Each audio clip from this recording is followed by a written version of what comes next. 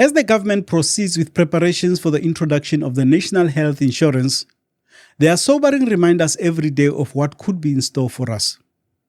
Large government funding institutions are one by one proving that the state is hopeless at running such businesses. The National Student Financial Aid Scheme, NSFAS, is a shambles. Thousands of students are left stranded each year as the scheme fails to pay service providers. Another institution, the Road Accident Fund, is a fumbling, directionless mess fraught with divisions. At a meeting of the Portfolio Committee on Transport, members of the board and executives contradicted each other on several occasions about recent events, including the suspension of its chief executive, Letsoalo, and the acting chief investment officer. And it looks like their days may be numbered. The main question, however, is, where has the Portfolio Committee been all this time? Hello everyone, welcome back to Joe Talks Politics. I am your host, Joseph Musia. Let's get right into this.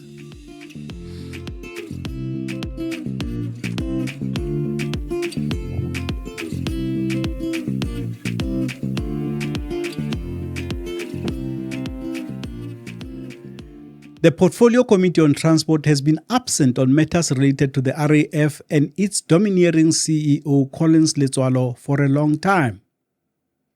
Another parliamentary committee, SCOPA, has been battling for years to deal with the mess in this organization. In addition to complaints about Letsoalo allegedly defying the board and refusing to attend a SCOPA meeting, there has been a myriad of other complaints and investigations. The Special Investigations Unit spokesperson Kaiza Khanyago was interviewed by the SABC on this matter recently. The preliminary information before us are indicating that the CEO of Road Accident Fund has really gotten into the process of the leasing of the interfered sort of in the process of the leasing of the building in Johannesburg, and that is what was in our report, and that is what was placed before the public after our appearance in SCOPA, among other things. We are investigating a lot of issues at the RAF, and not necessarily an individual called Letsoalo. We are looking at the kind of transactions that they did in terms of procurement, and one of those is the one that we are referring to of the building that in their provincial office in Gauteng that we're investigating. But over and above that, we're investigating the transaction where lawyers were milking the Road Accident Fund. There are instances, for example, where we have people who were involved in the double dipping, what we call double dipping, where they would subpoena the bank account of the Road Accident Fund to get the money when they are not paid at a certain time. And then when the payments are done, they would have then gotten the money twice, and they just kept it. Therefore, this is some of the things that we are investigating at Road Accident Fund and some of the procurement of goods and services that they are doing. Then there is the matter of the RAF refusing to use the accounting system approved by the Auditor General. They are so determined that they have in fact taken the AG to court over this matter and have so far lost all the cases related to this. As far as parliamentary oversight is concerned, we have not heard much from the Portfolio Committee. Remember, SCOPA's role is ordinarily limited to looking at issues related to the use of funds as stipulated in the Public Finance Management Act. The portfolio committees are supposed to exercise oversight on the operations of departments and entities and whether they perform their duties as stipulated by legislation. They delve into the departmental budgets, examine proposed laws, and monitor departmental performance to ensure efficient and effective service delivery. One would therefore expect the Transport Committee to keep tabs on all entities it has oversight over and follow up on the work of SCOPA, among others. On Tuesday, however, Deputy Minister Hlengwa had to do their work for them because they had no clue about the developments that led to the current crisis. Listen to this exchange between Hlengwa, Committee Chairperson Donald Silamulela, and Acting RAF CEO Putachedzo Lukwareni regarding the suspension of the Acting Chief Investment Officer Sefotle Mudiba. The subsequent events around the CIO is that has been placed on suspension as per the also resolution of the board. I think is currently on suspension. With effect from? With effect from yesterday. Yeah, you see. Yeah. You see, my apologies, Chair.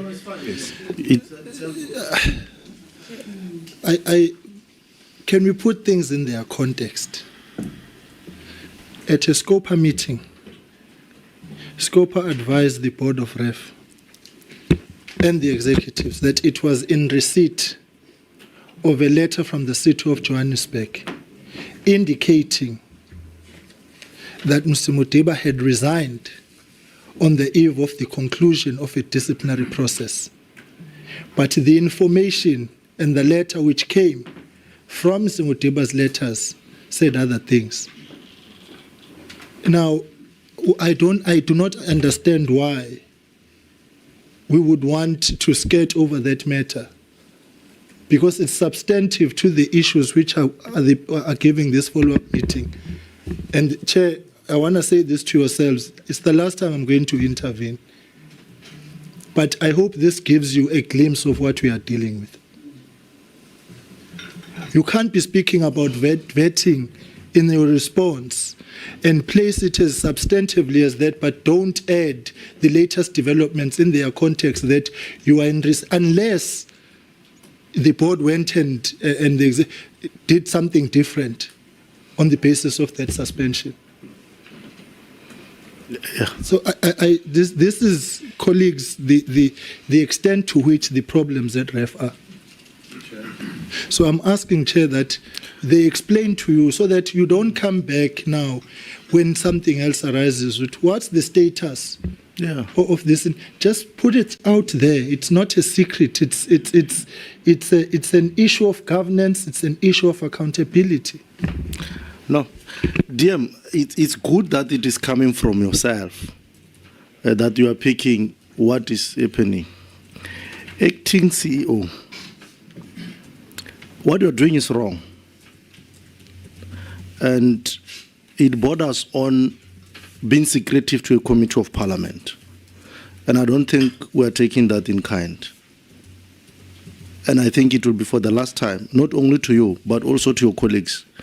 We're not here to play. But the fact that he did not already have this publicly available information is the more puzzling.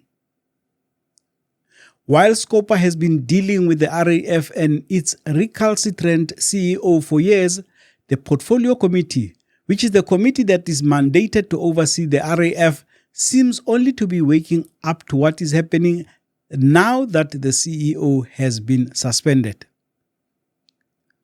It leads one to wonder whether this is how Letsoalo has managed to survive for so long. I have never seen a government official act with so much impunity and arrogance in all the time I have covered Parliament. To add insult to injury, the committee invited Letsoalo to sit in during its interaction with the board and later allowed him to rebut the input of the board. This was clearly aimed at undermining the authority of that board. Why should Letsoalo not be emboldened? The real spectacle started when the board had been dismissed and Letsoalo became the man of the moment. The point about the committee being asleep throughout the RAF saga became even more apparent when Letsoalo was allowed to ramble on about how he is a victim of medical aid and legal firms and how the account of events given by the board was all lies. And while at one point he was a brave soldier prepared to die in the service of the RAF. Chair, I'm sitting here. The chair has arrived here with her bodyguards. They've taken away my security. I flew alone. There were people that tried to kill me twice, and they know it, and that's why I've got security. Today, I'm for the taking, Chair. And they made sure. And for me, Chair, let me say this as I conclude. Yeah, conclude. I'm prepared to die, Chair, for the truth. I am prepared to die for taking on the likes of Discovery, the likes of Bonitas, the likes of Gertnel and Associate, the likes of any other person in the interest of South Africans. This 50 billion that we talk about was going into those hands. Today it's sitting in the hands of South Africans, and I'm proud of it. Anything that happens to me, Chair, I'm not a coward. I have never been brought up like that. And for me, it's fine.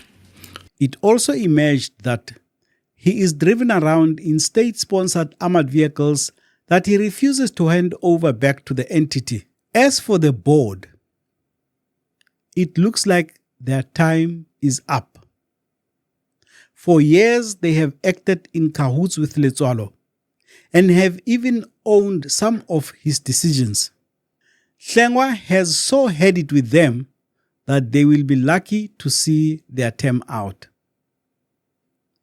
So the circus continues. If you enjoyed this episode, please like, comment, and share it. Don't forget to hit the subscription button if you are not yet a subscriber. See you in the next one.